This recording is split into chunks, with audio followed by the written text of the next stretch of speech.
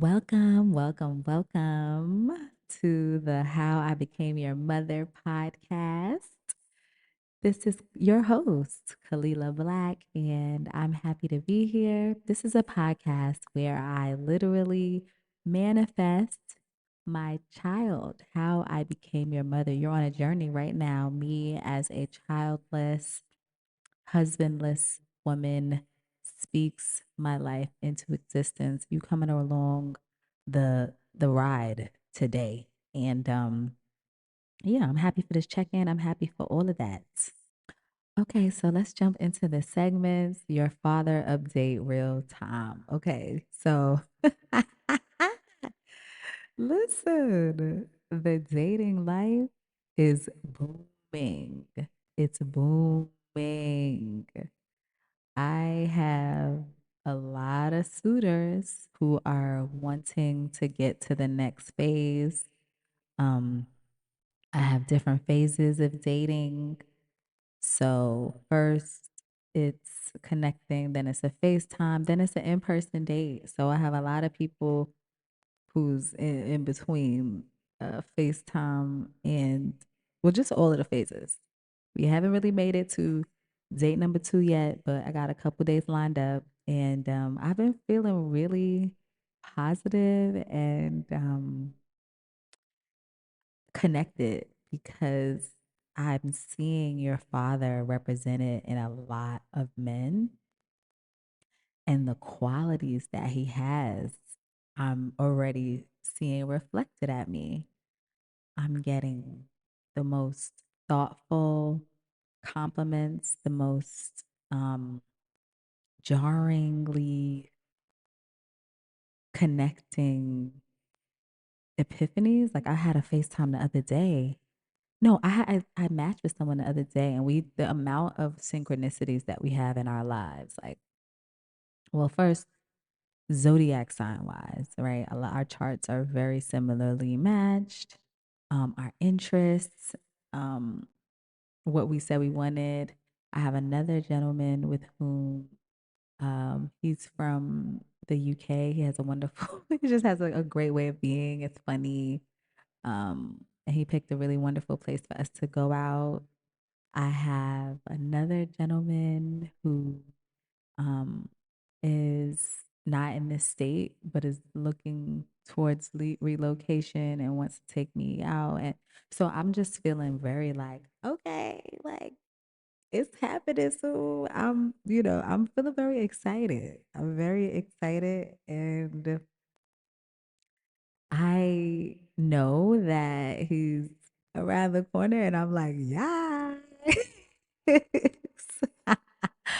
Put your money where your mouth is. That's how it's feeling, baby girl. It's feeling like, what's going on? Are you ready? Like, I feel ready, but I also feel like, wow, it's happening. Like, so yes.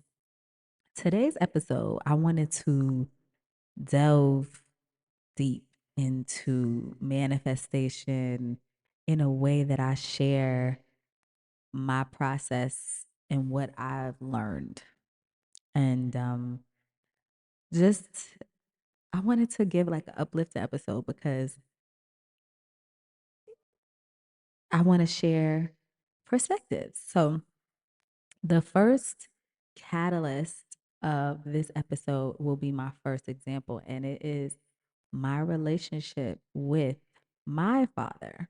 Okay. So the other day, we had a family reunion on my father's side. And the way it works is that he is from this area where it's called Redlands, California.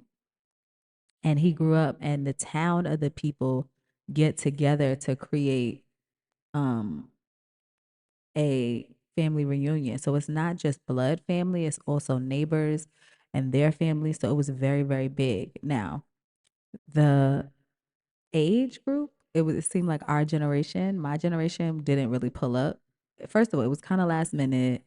Um, and it required people to fly in, and it was actually held in Redlands, which is it's a little further east of California than downtown LA proper. And a lot of my cousins don't even live in LA. So I was I was there with most of the boomers, and I had the best time connecting with my daddy. So I had like like last year, 2 years ago, I had told my father, like, when is there a family reunion? Like we gotta start getting connected to, like, I just remember that there was a family reunion when I was like 10, and it was mad fun when my grandmother was still alive, but I don't remember other family reunions. And so when this popped up, my father was like, "You was asking for this, let's go." He paid for my way, which I was happy for.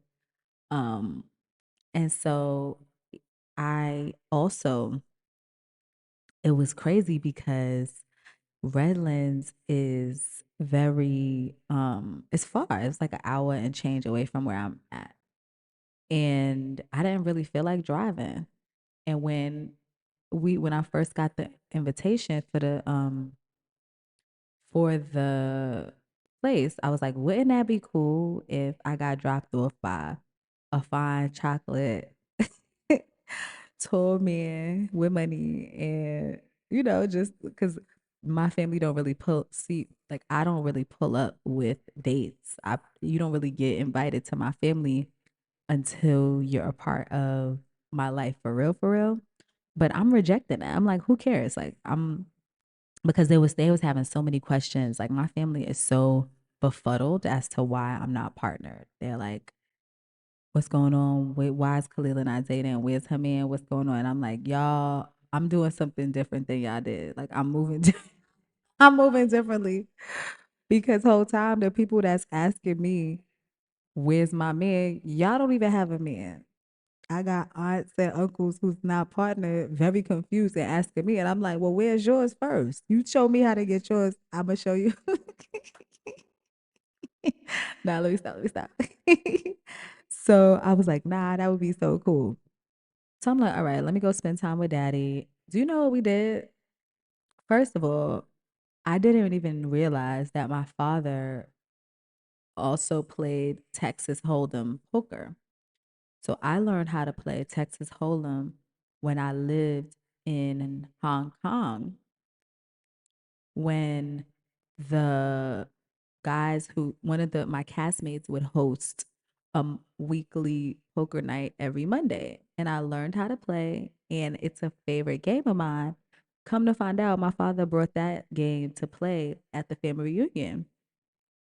So we set up, we plan, we're having the time of our lives. He's very, very, very, very proud because um I guess he didn't realize um you know, he didn't know I was. So he kept saying, "I'm just so happy that you really know how to play. We gotta go to Vegas. We gotta do this." And I'm like, "Yes, daddy, we out. Like, let's go." Like that. It just felt like this we had this connection that I didn't even know, and it fell right into place. And we had a wonderful conversation, and we were talking about relationships and everything. And he was just like, sometimes I look back at what I could have taught you and the things that I think I should have shared with you, and I'm like, ah, I didn't give Kalila this lesson, and oh, I didn't give Kalila that lesson, and then I talked to you, and I realized you've learned the lesson. You might not have learned it from me, but you've learned the lesson, and I'm just so proud of you. And I was just like, oh, like to have that validation of so many things, of like acknowledging that you didn't teach me, but also acknowledging that you're proud of me that I got it from elsewhere. It's just was so healing. It was just so healing.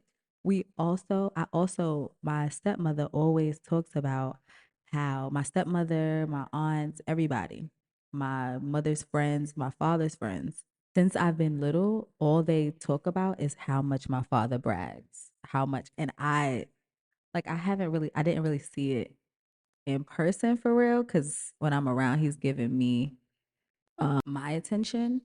But I was going to go get a little sweet potato pie, and that was by the food. And I go get my pie, and I walk back, and my father has his phone open to YouTube, showing an episode of the Dr. Seuss, and he's talking about it. He's talking about how it's getting millions of views and how, PBS is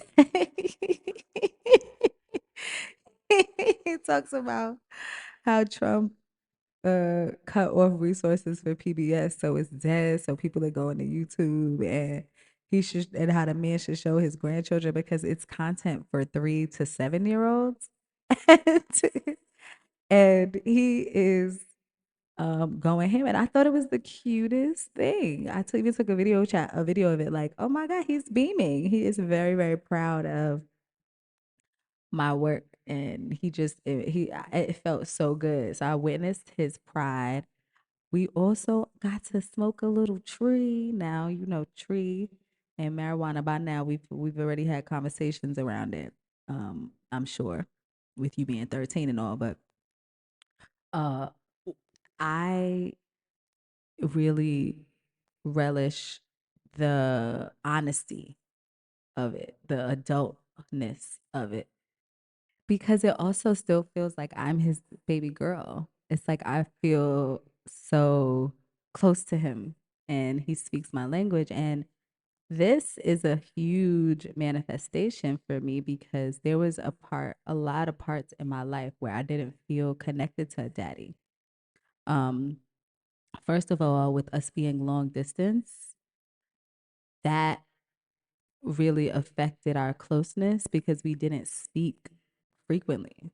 So from in my childhood, I would say we would spoke maybe once a month, once every other month, if that. And at that time, given what my father's tools were, being a boomer, like it wasn't really buildable conversation. It wasn't memorable. So it was more so like, hey, I'm just calling to see if you're alive, and okay, everything. Like it didn't feel like he was a very big part of my everyday life. And then with the way we talked about emotions or didn't talk about emotions, it was just mad built up stuff that I didn't know how to communicate and he didn't know how to communicate. So our relationship was mad rocky. And then I graduated college, and went away after I did this program. I made him a priority because that's a part of the healing of the program. They're saying that you should repair any relationships with your parents, living or dead. If you're repairing a relationship with your parents who's passed away, it's still addressing those issues, finding peace, blah, blah, blah, blah, blah. So that was the first time when I was in my mid to late 20s, that I made it a priority to, like, before that, it felt like the reason our relationship was whack was because he dropped the ball. And as the father, you need to be the one fixing it, because I'm not responsible for that as a daughter. Like, fix your relationship. But once I went through that program and I realized that I'm responsible for all the relationships in my life, even if I got into them as I was a kid, it shifted it to me. And so I'm like, oh, like, so over time, I think I wrote him a letter. We kind of patched it up.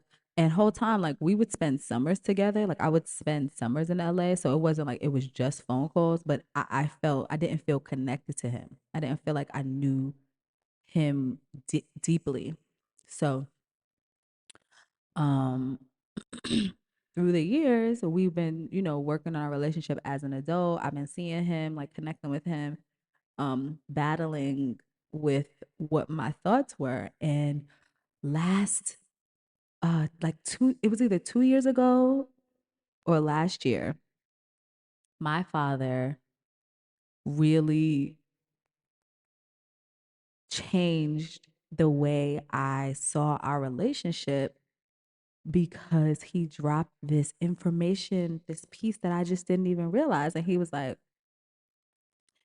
you um like I like it was in passing. Like, he was just like, I learned to stop trusting you. I mean, I learned to stop doubting you a long, long time ago, a long, long time ago. And I was just like, wait, what you mean? Like, what you mean? And he was like, because when you told me that you were not going to be going to Juilliard, that you were not going to audition to Juilliard, that you were going to be going down to school in um North Carolina, I thought it was the worst decision ever because you want to be a performer, you want to be an entertainer.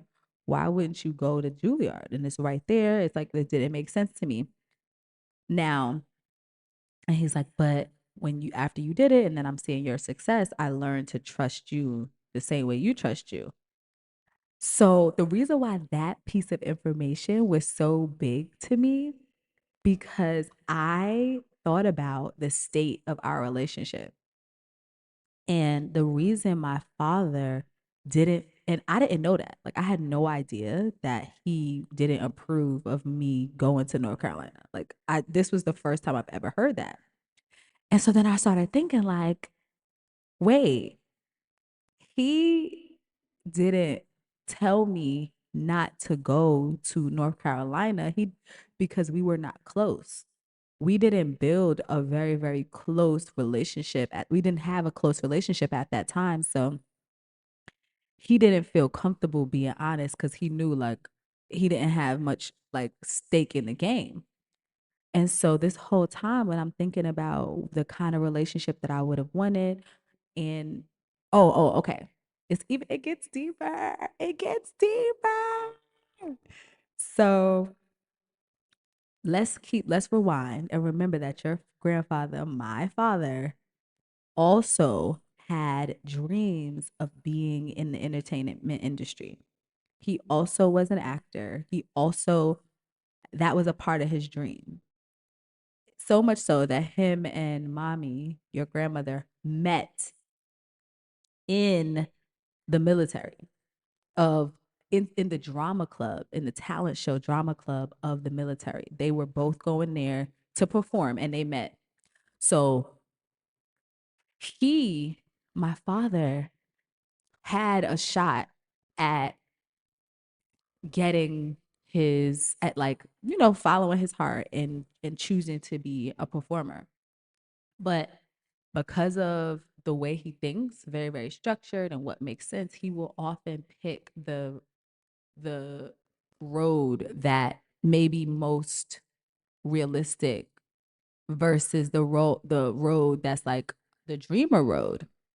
And so based off of his choices around acting, he no longer acts. It's never been his full-time job. It's never been his like full thing because of the beliefs and just the practicality of it all. It's like you can't depend on that career as a job, and you got to make real money and all of that. So because that's his belief system, if we were close, if I was like a true daddy's girl and I'm just like, oh, like that's my heart, he would have influenced me because I think about the actors and the people who I've come in contact with who are still even to this day at odds with their loved ones because their loved ones don't accept where they are, like what they're choosing. They're like, no, you got to get a real job, da da da da.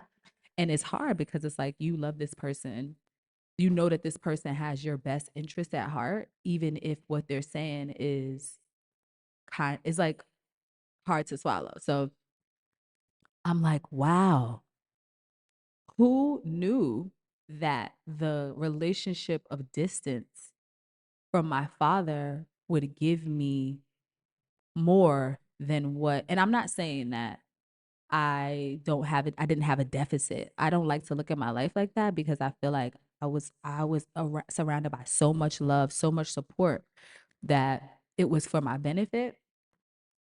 And so when I um that was the first thing that let me know because I'm like, oh my God, if daddy and I was mad close, I would have went on a different trajectory. I would have been let his ideas around the structure and what makes sense with my career bleed into my own choices versus going with what I thought was cool at the time, which was my intuition and my heart. So I was overcome with gratitude because it felt like I got away with having a childhood that, yes, was separate from my father in in a space, but also not, because I still got to go to California. I still got to witness him. And oh, that's the next part. Let me save that for that. So I was like, oh my God, like when God says everything is happening for a reason, all things are working for my good, he's dead serious. It's dead serious. Like this whole time, I'm like, oh, I wish that my dad and I could call him and talk to him and blah, blah, blah. At that time, with what he was going through, what his information was, his scope, how he would have reared me in his early 20s and early 30s is not what the information that I'm getting now from him. Now he respects me because he understands how I've, gotten to where I am. We're peers in one way, and then I can get his wisdom and his love in another way. And then we can have fun and we can do grown-up things. So it really feels like I have a second chance at love and being a daddy's girl. And this was a clear manifestation. Like the peace that I feel from our relationship, the peace that, let me say the other part that threw me. Let me say this.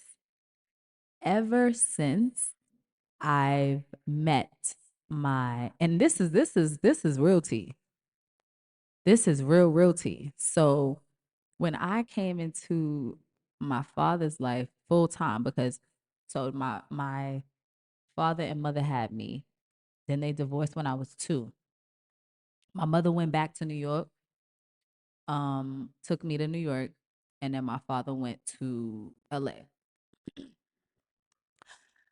So the time was limited. He married, he remarried, I think he remarried in like 2 years after his divorce. I didn't reconnect with him until I was like 5, because my mother and him was beefing because she was going through her stuff with the drugs, trying to hide me so that he wouldn't take her. And it was a lot going on, right? A lot of stuff. So he by the time I met him, he was already remarried. So I was meeting him and my stepmother. And I have to say this, my my father and my stepmother are eh, my example of soulmates. And I think it was just they are made for each other. And I don't ever remember a time where they weren't both professing, their love, professing their commitment to each other. Now it gave Rocky, it definitely gave some stuff that wasn't necessarily what I would want. But I had to realize this, come to realization like, oh, wait, I have seen an example of a healthy, desirable partnership, like ride or die. This is like also what um made me, I guess, just brought me joy was thinking about all the examples of being a loving husband that I saw through my father, from how he interacted with my stepmother. Like he's always fixing her food, thinking of her, driving her, being around. Like everything is centered around both of their lives are centered around both of each other's happiness. And I mean, he's a Sag, she's an Aries. It just gives compatibility. Like it gave compatibility. The way he bagged her, she like it just gives that. And it took me a minute because when I used to look at their relationship, I would feel some kind of way because I'm like, well, first of all, my stepmother would say some things like she's his biggest fan. Right. So it would always be conversations of like, oh yeah, you know what made me fall in love with your father? Like she would tell me the story like when I first was getting to know your father, you know what made me fall in love with him? He would always be having these big boxes of gifts and toys that he was gonna send you. And he was, doing recordings to read to you and all of that, all of that. Those stories used to piss me off because my father would never send those boxes to me.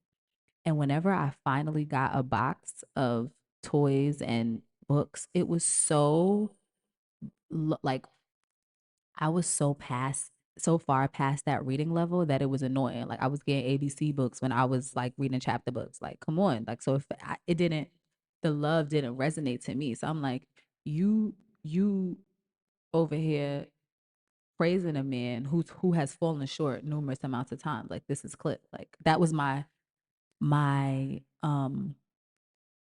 own perspective and my view. Now, being an adult, being in my 30s, understanding what it takes, because I'm like, okay, he was in his 20s, 30s, understanding what it takes to be a parent based off of what I'm seeing on the outside, and also just caring for my mom. I'm like, oh, it gave capacity. Like he was thinking of me. You know, he was talking about me. He was caring about me. He was caring for me. And it it it gave me a different perspective and appreciation because whole time I'm like, you're not eating. Like it's not working. You're trying and it's not working. Whole time it is working. And my father and my mother, I didn't really see, I know I won't even say really, I didn't see an example of a healthy loving relationship partnership from my mother's side. But this whole time, I'm realizing that it was the divorce and the recommitment to marriage that allowed me to see that perspective from my father. And that shifted me because I'm like, oh my God, like this whole time I was when I look at what I thought it meant to be a good man, I kind of was only looking at it from the perspective of what it means to be a good father and understanding that a man is made up and a man, a human being, we're just made up of a whole bunch of roles. Like that doesn't necessarily negate the value of being a good man in another area of your life. And I'm like, oh no, he was eating as a husband. Like he I wouldn't he wouldn't be compatible with me, but he found his match and he loves her down, down, down, down, down to the ground to this day, down, down, down, down to the ground. So it made me like shape a lot of my other memories with a different level of awareness and hope and light. And I'm like, oh, like I I'm proud to be from him. Like I'm proud to have had that example. I'm happy that he remarried. I'm happy that he recommitted, jumped right in. Like that felt like it just, yeah, it solidified something for me. OD. And it's crazy because I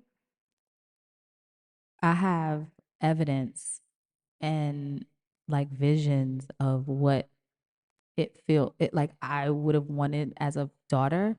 Like one example that I felt like I was like that I think if you have a child, regardless of if you are a man or a woman, you should be able to take care of that child. This is not a common thing. Like, so I wished there was a part of me that's like, I wish my father would have cared about doing my hair. Like, he was immediately like, I don't know nothing about that. We going to secure somebody, somebody else, da da da, da da. And it was a couple of times where my stuff wasn't really handled.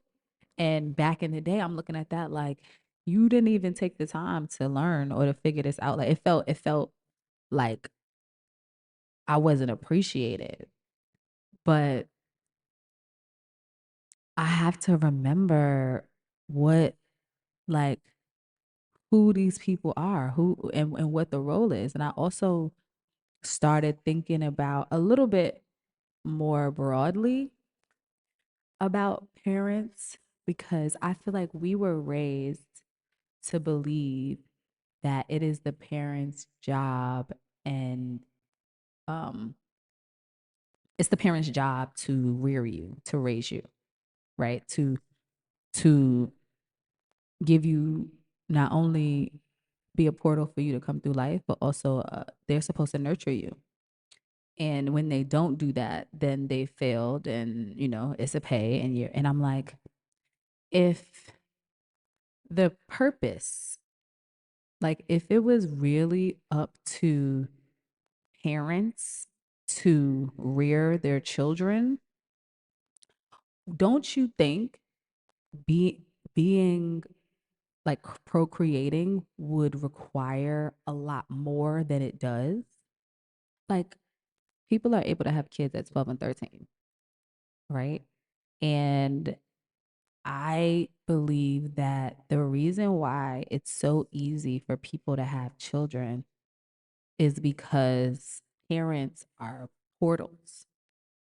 And I really believe that your parents are portals that we choose as a kid that wants to, as a soul that wants to come down here.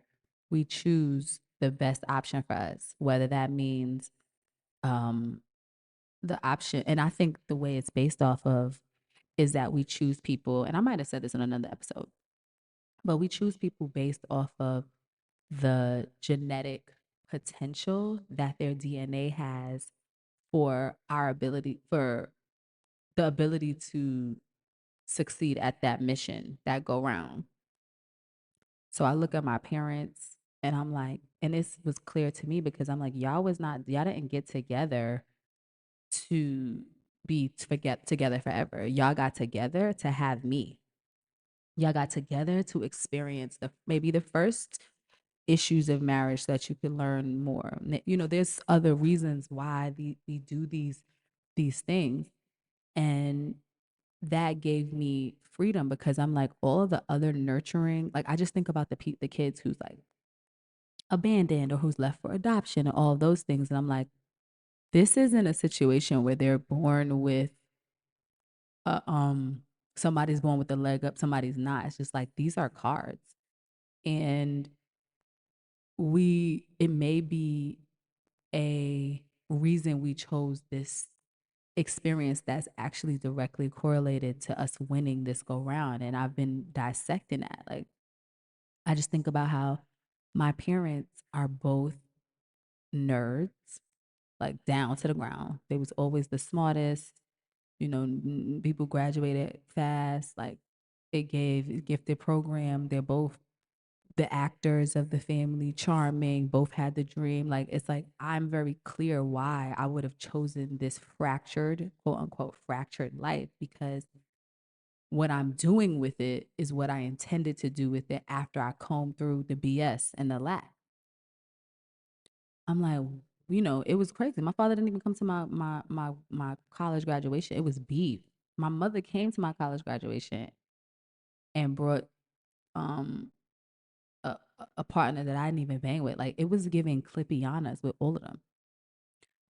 But this process of first identifying what I wanted to have, which is I wanted to have a healthy, loving, authentic relationship with my father, identifying what was keeping me from it, which was like, I don't bang with him. I didn't bang with him as a person. I don't understand what he's doing. So I learned him. I learned what I did enjoy. I learned like, why he was the way he was. Like, we started talking. I even did readings on him. Like, and I'm like, wow, this man went through mad stuff in relation to emotional emotions. Like, my father was the baby and of 11 or number 10 of 11. And he went through mad stuff that would inform you, especially in this time, especially being a black man, especially with their like, you know, therapy not being big, just all of the stuff he conquered. Like I just think about where he came from and what he's done, and it's massive. And the perspective shift gave me um it gave me freedom and it gave me a new place, and I feel like I've manifested just joy. Like it feels like now I'm able to even address the old things. I can manage the things that we get along and the things that we don't. Like my father is super duper anti like social media, anti surveillance, anti AI. So we be getting into it because I'm the opposite. And I'm like, what is the odds that he would birth a daughter that runs towards those types of things? Like, what, it's just, it's been joyful. And I'm actually like really happy with being a new age daddy's girl. Um, and looking at that. So instead of me looking back at my memories, thinking about how I wish, I could have introduced my father to my first boyfriend. I wish we had a talk like this, or I wish da da da da da. Like, I'm now looking at what we're about to be doing. Like, I'm looking at what we can do now. I'm looking at the love, what was shared with me growing up. Like, one thing that my parents have always rode for me in my career and my dreams. It never gave sit down. And even when my father was having those feelings, he didn't even feel comfortable saying that. That's a privilege. That's a privilege that I have, that I didn't have. I wasn't born with naysayers. And it's something that it warms me, and it makes me, it nurtures me. It nurtures me in the spaces where I didn't feel that nurturing before. So what I want you to leave with is that everything is possible. Whether you want to manifest a relationship with someone who's already been fractured in your life, or whether a new job or a new body, like, it's all possible. It's just the steps of identifying, um, identifying what you want, identifying what's getting you in the way, which is, old beliefs or contrary beliefs, and then making shifts towards it, towards changing it. Those are the things. And that's how that's just the beginning. I'm going to keep on coming back because this is a manifestation podcast. So I want to give even more examples. Okay, so now we're going to move on to the next section, which is the soul question. Well, first, I want to say that what I am grateful for is awareness, time, growth, and the abundance of experiences that I have in my life. Like, perspective. Like, I have perspective of friends, family, loved ones, of their relationships with their fathers. And that has also helped me because I realized that it's easy to think about what you don't have, but the actual power is what is realizing and focusing on what is present, what is actually here. And I'm grateful for that. I'm grateful for um, healing and bonding and new time, more commitment. Like, both of them being alive, my parents, like, my mom's stroke just gave me a new sense of appreciation for their lives. Okay, now we're going to move on to the soul question. This question is, what is your most terrible memory? And I would have to say that one of my most, yeah, the most, I've had a pretty horrible memories as it pertains to mommy, your grandmother and her drug use. Of memories of her crashing the car, going blind, um, memories, household memories of screaming and things breaking and all of that. But the biggest memory, the most horrible one, was probably this time where, um, this was earlier on, where I was still in the place when I was a kid of trying to intercept her drug use. Like, okay, maybe if I throw it away, or I get it, or if I put myself in between it, she will realize that I'm important, that I'm, as a kid, you should be focusing on me. Those are the things. And so what would happen was she would go to the back, like, she would play this game where she would come in, and we would, like, my because of how frequently it would happen every week, we would start knowing her patterns. I would start knowing her patterns, and her patterns would shift on days where she came home with it versus days when she didn't. And when she came home with it, she would spend more time trying to be like happy and like try to play it off. And so she would be talking, talking more to my grandmother, talking more to my brother. She would just be so fake happy, like, oh, la la la la, la, don't be suspicious. So I would take that. One day I took that opportunity when she was in my grandmother's room being fake. I went in her purse and I grabbed it because I knew, because after she would finish from the bathroom, it would be these brown paper bags. So I already knew what it was. I went and I took it, and um, when it was time for her to get it back, well, one time I took it and threw it down the incinerator, but this time I took it. But before I did that, I took it and I had it with me, and I'm like, Ma, she's like, where is it? Where is it? And I'm like, I don't, you shouldn't be doing this. Where is it? Where is it? And she pulls out a tool on me. It looked like it was a knife, but it was like one of her drug tools. And she pulled out a tool on me and held it up and looked me in my eyes and was like, if you don't give me that back, there's going to be a problem. And I saw like a dark, a depth, a soullessness, a force that was like the the disease. And that was when I knew that it wasn't there was nothing that I could do, that I had no power over her choices. Her love for me, that her obligation to me as my parent, like it meant nothing. And so that really broke my heart. It hurt something real, real deep in me. And that was when I went to thinking that I had power in it, to being like, oh, okay, it's not about me. I'm doomed. Um, so yeah, I've since learned to understand